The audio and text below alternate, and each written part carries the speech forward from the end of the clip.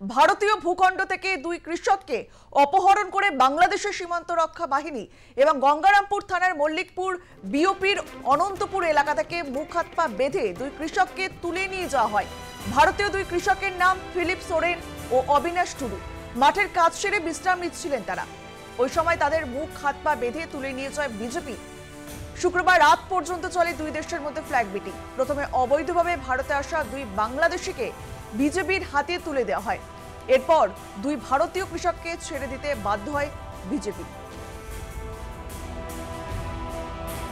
ভারতের দুই কৃষককে অপহরণ। ভারত বাংলাদেশ সীমান্তে 0 পয়েন্ট থেকে মুখ বেঁধে অপহরণ। দুই দেশের ফ্ল্যাগ মিটিং এর পর উদ্ধার অপহৃত দুই কৃষক। দুই কৃষক বিশ্রাম নিচ্ছিলেন, তারপরেই কিন্তু বাংলাদেশের যে সেনা, সেই সেনারা এসে কিন্তু ভূখণ্ডে, ভারতের ভূখণ্ডে প্রবেশ করে দুষ্কৃতিমূলক আচরণ করে এবং তাদেরকে ধরে নিয়ে যায়, এমনটাই তা জানা যাচ্ছে।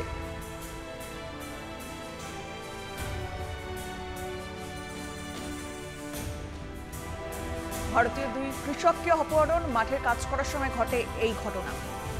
ওই সময় তাদের মুখ ও হাত পা বেঁধে তুলে নিয়ে যায় বাংলাদেশের সীমান্ত রক্ষী বাহিনী।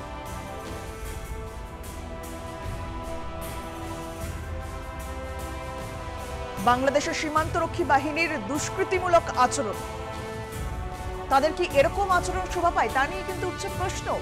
ভারতের ভূখণ্ডে ঢুকে বাংলাদেশের সীমান্তরক্ষী বাহিনী দুই কৃষককে নিয়ে যায় এবং হাত পা মুখ বেঁধে নিয়ে যায় তারা, তারপরেই কিন্তু ছেড়ে দিতে তারা বাধ্য হয়।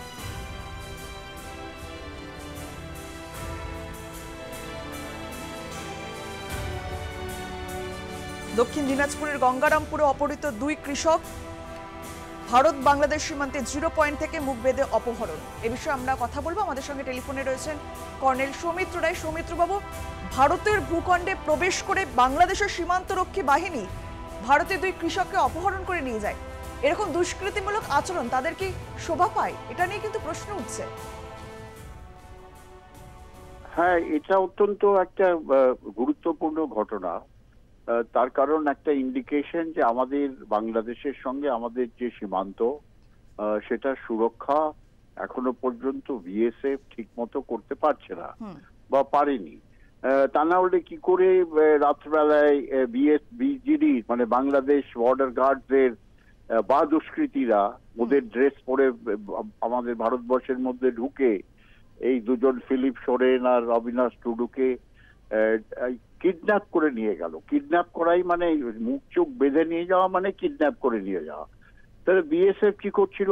লোকাল যে নর্মাল বিএসএফ পোস্ট ওখানে তারা কি করছিল? তারা অবভিয়াসলি ঠিক মতো পেট্রোলিং করছে না বর্ডারকে, বা বর্ডার সুরক্ষা নেই। এটা একটা ইন্ডিকেশন। আরেকটা ইন্ডিকেশন হচ্ছে যে বাংলাদেশ যদি ব্লেম করে যে তাদেরও দুজনকে আমাদের লোক তুলে নিয়ে এসছে, সেটাও ঠিক না। অবভিয়াসলি আমরা দেখতে পাচ্ছি বাংলাদেশের দিক থেকে যে বাংলাদেশের বর্ডার গার্ডস কিন্তু রাইট ফ্রম দি বিগিনিং একটা অফেন্সিভ অ্যাটিটিউড নিয়ে আমাদের বর্ডারকে গার্ড করে। তার মানে তাদের ভেতরে একটা মানে হিংসা, এটা কিন্তু আমাদের বিএসএফ বা আমাদের লোকাল যারা আছে। আরেকটা অদ্ভুত জিনিস, ফিলিপ সোরেন বা অবিনাশ টুডু এরা দুজনেই কিন্তু নন ইসলাম, মানে they are not a Muslim people. এটার মধ্যে একটা এরকম ভাবে সিচুয়েশন বাংলাদেশের মধ্যে দেখতে পাচ্ছি যে সেখানে একটা ম্যাসিভ ইনফ্লুয়েন্স অফ পাকিস্তানের আইএসআই, স্পেশালি এই সমস্ত বর্ডার এরিয়াতে ডেমোগ্রাফিক্যালি সেখানে মাদ্রাসা থেকে ট্রেন করে পাকিস্তানের আইএসআই তো আজকে থেকে বাংলাদেশে না। আমরা এখন বুঝতে পারছি তারা বহু বছর ধরে এই ধরনের একটা মুভমেন্ট প্ল্যান করেছে সেখানে। প্রথম তো হাসিনা সরকারকে ফেলা, আর তারপর বাংলাদেশকে মিনি পাকিস্তান করে আবার সেই ইস্ট পাকিস্তানের পরিবর্তিত করার। এটা আজকের প্ল্যান না, এটা 1 বছর 2 বছরের প্ল্যান না, এটা বহু বছর ধরে পাকিস্তান চেষ্টা করে এই ধরনের একটা অ্যাক্টিভিটিস করছে। আর এর একটা সেকশন যেটা বাংলাদেশের মধ্যে বেশিরভাগ যারা এক্স সার্ভিসম্যান, যারা 71-এর যুদ্ধে অংশ নেয়নি কিন্তু পরবর্তীকালে তারা বাংলাদেশ আর্মিতে জয়েন করে তারা বাংলাদেশ আর্মি বা বাংলাদেশ রাইফেলস তখন ছিল, সেখানে তারা কাজ করেছে। তারা totally towards ISI and Pakistan পন্থী হয়ে গেছে। ওই যে মেজর জেনারেল আলম ফজলুর রহমান, কেউ তো বাংলাদেশ রাইফেলের বোধহয় ডিজি ছিল, if I am not wrong, আর ইউনিসের খুব ঘনিষ্ঠ। সে ঠিক ইউনিসের পথে চলে বলছে যে যদি ভারত পাকিস্তানকে আক্রমণ করে তাহলে আমরা ওই 7 সিস্টার নিয়ে নেব, চীনদের সঙ্গে মিলেমিশে, এরকম একটা স্টেটমেন্ট করেছে। যেটা ও বুঝতে পারছে না যে ও এই ধরনের স্টেটমেন্ট একেবারে পিওর ইন্ডিকেশন যে বাংলাদেশের এখন অন্তর্বর্তী সরকার অ্যাকচুয়ালি চালাচ্ছে আইএসআই। এরা একটা ফ্রন্ট, আইএসআই যেরকম ভাবে গাইড করছে ওদের, তারা ঠিক সেইভাবেই চলছে।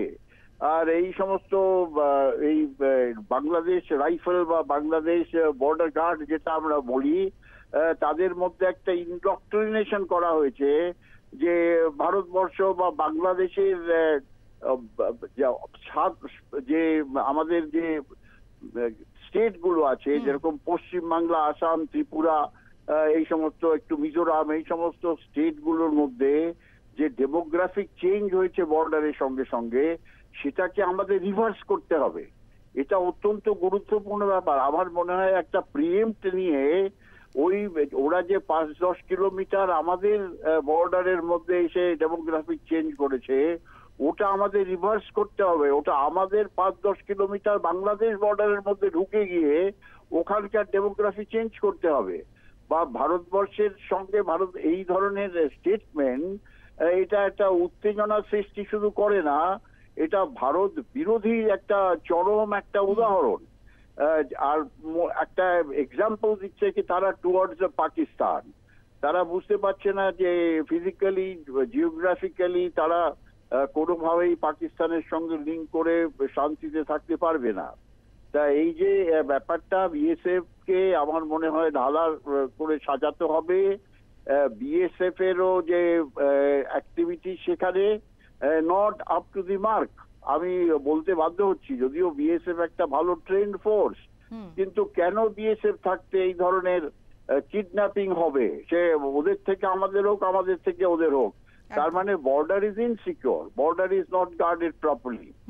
এটা অত্যন্ত একটা ব্যাপার আমাদের দেখতে হবে। সিমিলারলি পাঞ্জাবের ফিরোজপুরে আমরা দেখলাম ওই বিএসএফ এর সাহুকে ধরে নিয়ে গেছে। তাকে ধরে নিয়ে গেল না, সে ওইদিকে চলে গেল, কিছু বোঝা যাওয়ার উপায় নেই। তাকে বিএসএফ এর দিক থেকে কোনো ডিটেল স্টেটমেন্ট দেওয়া হয়নি যে under what circumstances he was called or he was captured by Pakistan army. Similarly এটাও বিএসএফ এর দিক থেকে একটা স্টেটমেন্ট দেওয়া উচিত যে কিভাবে ফিলিপ সোরেন আর অবিনাশ টুডুকে ধরে নিয়ে গিয়েছিল, তারপর কি করে ছাড়া হলো। বিএসএফ এর দিক থেকে কোনো স্টেটমেন্ট নেই আমাদের কাছে এখনো।